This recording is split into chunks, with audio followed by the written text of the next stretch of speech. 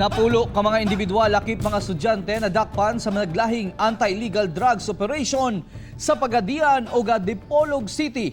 Aniya ang exclusive report ni GMA Regional TV News Stringer Audi Hampo.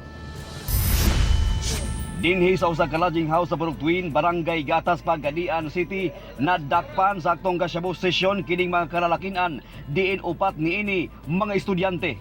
Giila mga dinakpan nga sila si Arnold Madahan, Carl Sabate, Christian Jason, Mark Reyes ug Stephen Kent Buisan. Target sa PDEA ug kapulisan si Madahan kinsa lakip sa listahan sa high value target sa PDEA Zamboanga, Sibugay.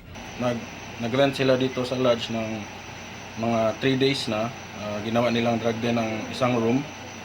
Kaya nahuli natin sila dito na actual na gumagamit at nagpa-pot session.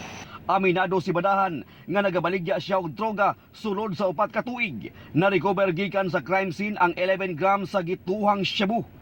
Ang pinakadako nimo nga nabaligya sa usa ka adlaw. Sa 5,000 to 10,000. Samtang sa Dipolog City, dakpan ang 5 ka mga individual, lakip upat ka mga estudyanteng babae sa gipahigayong bypass operation sa gituhang drug den sa Barangay Minaog, Dipolog City, Zamboanga del Norte. Giila mga dinakpan nga sila si Aldi Ranot, Angelina Divinagracia, Christine Joy Pahulay ug duha ka minor de edad. Target sa otoridad si Rano apan naatlan sa lugar ang mga estudyanteng may gamit sa droga.